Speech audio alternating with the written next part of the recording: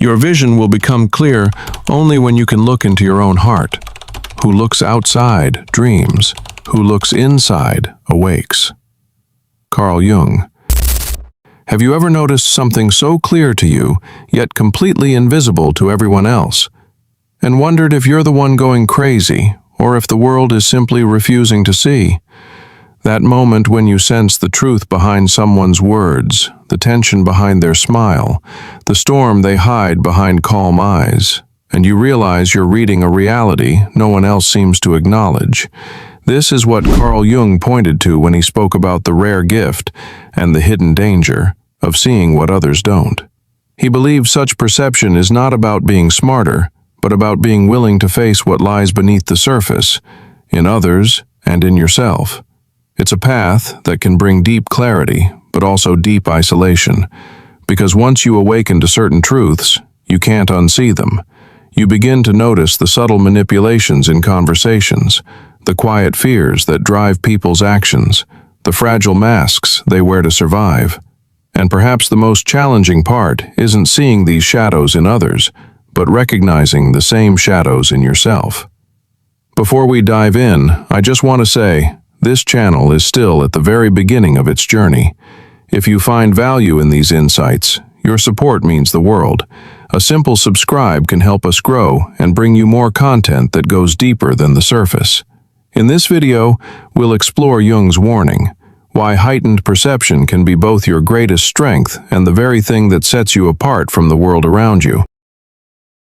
The gift and the burden of awareness. The first thing you realize when you start to truly see, and I mean see beyond the surface, is that the world is not as random or innocent as most people believe. Patterns emerge everywhere, in the way someone's tone tightens just before they lie, in the brief flicker of irritation in their eyes before they mask it with a smile, in the subtle shift of a group's energy when a certain person enters the room.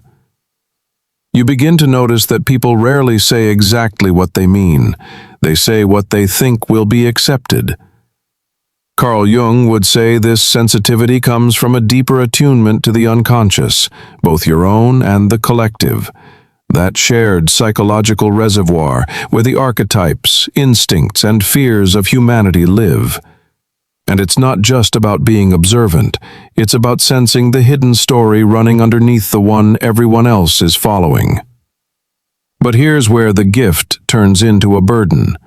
Seeing too much often means carrying truths that others are not ready or willing to face. You might see the quiet manipulation in a workplace, where a colleague disguises self-interest as team spirit, while everyone else praises them for being helpful. You might recognize the early signs of control in your friend's new relationship, the subtle criticisms disguised as jokes, the slow isolation from certain friends. Yet when you speak up, you're accused of being dramatic or jealous.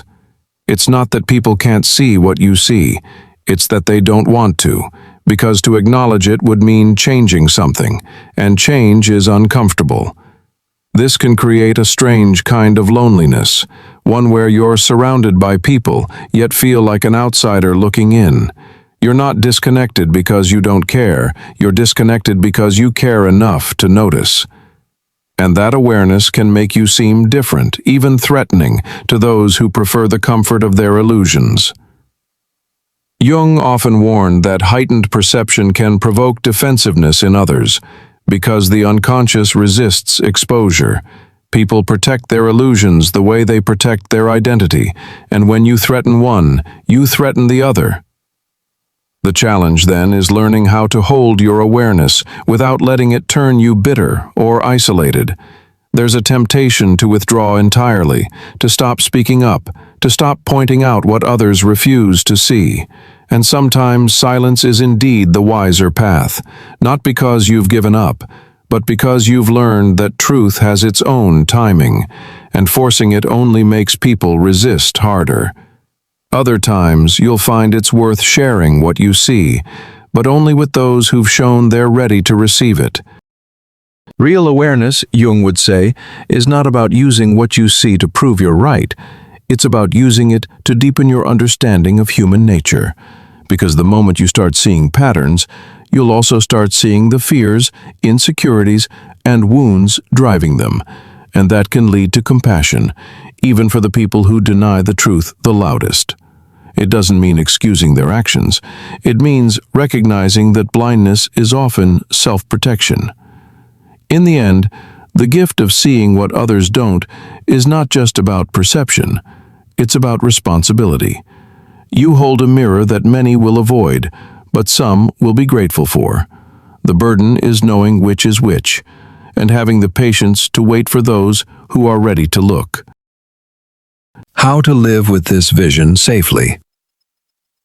Living with the ability to see what others don't is less about the gift itself and more about the discipline it demands. The first skill you must master is separating what you perceive from how you respond. Just because you notice a hidden agenda in a conversation or sense the tension under someone's polite smile doesn't mean you're obligated to react in the moment. Carl Jung understood that certain truths, if revealed too early, can cause more harm than good, not because they're false, but because the listener isn't ready to face them. Timing is your greatest protection. There is power in holding your insight until the right moment, just as there is wisdom in knowing when silence will preserve your peace better than any confrontation. Jung's concept of the shadow is especially important here. Before you call out what you see in others, you must first look within and meet the parts of yourself you'd rather ignore, your own fears, weaknesses, and unhealed wounds.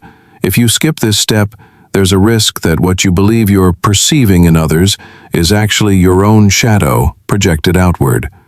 The more you integrate these hidden aspects of yourself, the more clarity you gain, and the less emotional charge you attach to the flaws or patterns you notice in other people.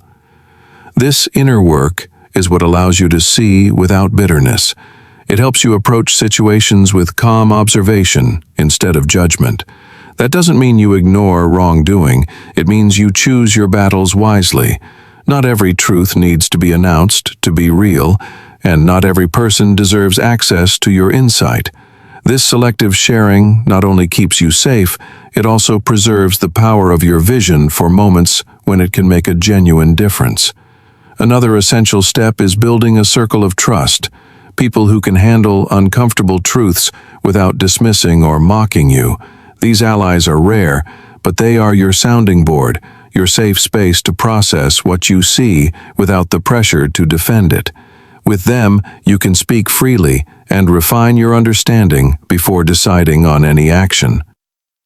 Take, for example, a workplace full of politics and false camaraderie.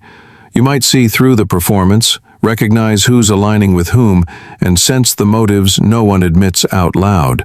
Instead of calling it out to everyone, which could make you a target, you can quietly navigate the environment. You adapt, avoid unnecessary entanglements, and protect your own mental and emotional space. You focus on building genuine connections where they exist, and you let the rest remain as background noise. Living with heightened perception safely is an art of balance. It's knowing when to engage and when to step back, when to speak and when to listen, when to protect your energy instead of proving your point. Done well, this transforms what could feel like a lonely burden into a quiet and powerful strength, one that shapes not just how you see the world, but how you move through it. In the end, seeing what others don't is a rare and powerful gift, but as with any great power, it demands responsibility. Without self-awareness and discernment, this vision can easily shift from a guiding light into a heavy curse, isolating you from those who cannot share or accept your perspective. As Carl Jung wisely said, "Until you make the unconscious conscious, it will direct your life, and you will call it fate." This is the heart of the challenge, to not only perceive the hidden patterns in others, but also to confront the hidden patterns within yourself. The next time you notice something that others can't or won't see, pause for a moment and ask yourself, Is now the right time to reveal it, or is it wiser to simply hold it in quiet understanding? In that choice lies the difference between scattering your insight recklessly and using it to shape your life with intention, depth, and grace.